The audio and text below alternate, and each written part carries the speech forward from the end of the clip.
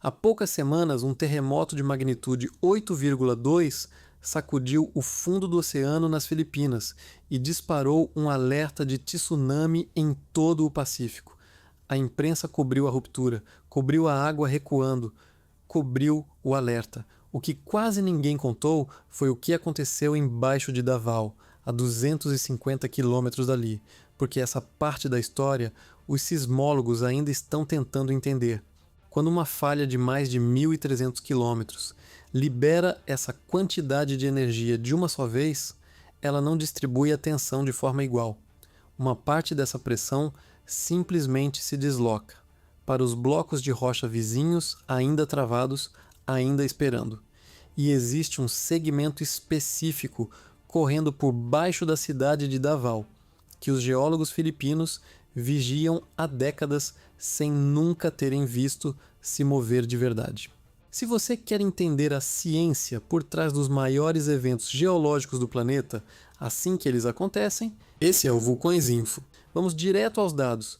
No dia 8 de junho de 2026, um terremoto de magnitude 8,2 atingiu a fossa das Filipinas, ao largo da costa leste de Mindanao. O hipocentro ficou a pouco mais de 32 quilômetros de profundidade, raso o bastante para deslocar uma coluna inteira de água do oceano e disparar avisos de tsunami em ilhas a centenas de quilômetros dali. A fossa das Filipinas é uma zona de subducção. Ali, a placa do mar das Filipinas mergulha por baixo do arquipélago a uma velocidade de cerca de 10 centímetros por ano. Não parece muito? Mas em 100 anos, isso é 10 metros de placa oceânica sendo empurrada para debaixo do continente e presa lá, sem se mover até que a rocha não aguente mais. Esse tipo de ruptura chama-se terremoto de empurrão megathrust e libera energia numa escala completamente diferente da maioria dos terremotos que você já viu neste canal.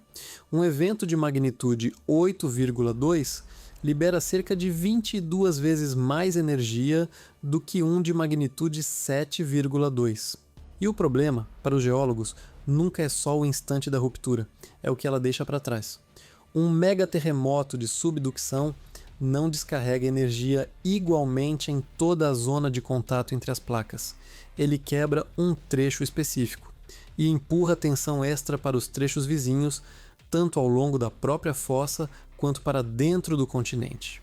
Os sismólogos chamam isso de transferência de tensão de Coulomb, o mesmo mecanismo já observado depois de Tohoku, no Japão, em 2011, e depois do terremoto de Sumatra, em 2004.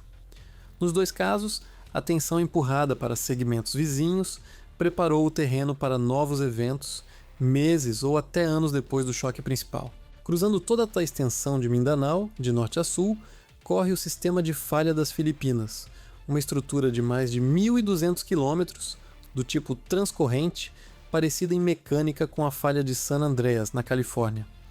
Diferente da fossa das Filipinas, que fica no oceano, esse sistema passa por baixo de cidades. E um dos trechos que o Instituto Filipino de Vulcanologia e Sismologia, o PHI-Volc, monitora com mais atenção fica a poucos quilômetros do Golfo de Davao, perto de uma cidade de mais de 1.800.000 habitantes.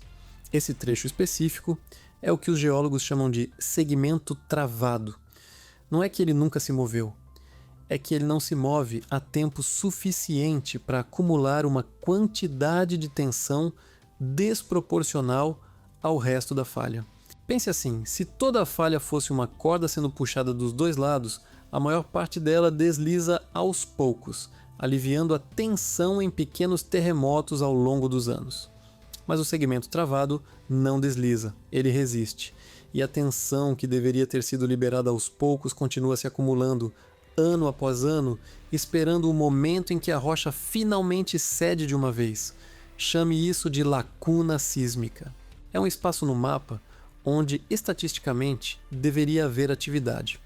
Pequenos tremores liberando pressão aos poucos. E não há quase nenhuma. Um silêncio sismológico. E silêncio, nesse contexto, não é sinal de segurança. É sinal de que a energia não está sendo liberada, está sendo guardada. Agora acrescente o terremoto de magnitude 8,2 de junho a essa equação. A ruptura na fossa das Filipinas não aconteceu isolada da geologia de Mindanao.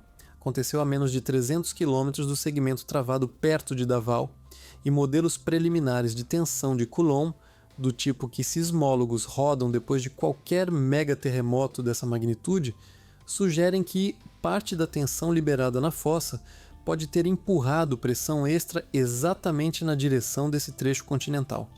Não é uma certeza matemática. É um padrão que os geólogos já viram se repetir em outras zonas de subdução ao redor do mundo. E é exatamente por isso que moradores em Davao, nas semanas seguintes ao terremoto principal, relataram sentir pequenos tremores que a maioria das agências de notícia sequer mencionou. Isso não significa que um novo grande terremoto vai acontecer amanhã, nem na próxima semana. Falhas travadas podem levar décadas para romper depois de um evento assim, mas também podem ser aceleradas por ele. E é exatamente por isso que o PegaVolks reforçou o monitoramento da região nos últimos dias. Mais estações sismográficas, mais medições de GPS de precisão, tentando captar qualquer deformação do solo antes que ela se torne um evento maior. Para colocar na escala de todo esse sistema em perspectiva, o sistema de falha das Filipinas e a fossa das Filipinas, juntos, formam uma fronteira de placas tectônicas tão ativa quanto qualquer uma no Círculo de Fogo do Pacífico, capaz de produzir tanto os megaterremotos de subducção que geram tsunamis, quanto os terremotos rasos e violentos que sacodem cidades inteiras sem aviso.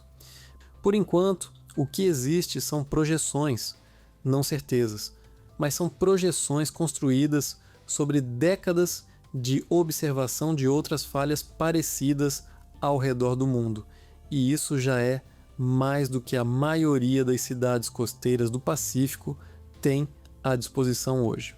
Então, por que um segmento de falha que ainda não rompeu merece a sua atenção? Porque a geologia não opera na escala do noticiário. O terremoto de magnitude 8,2 já saiu das manchetes. Mas embaixo de Davao, a rocha continua acumulando uma tensão que, mais cedo ou mais tarde, vai precisar de um caminho para sair.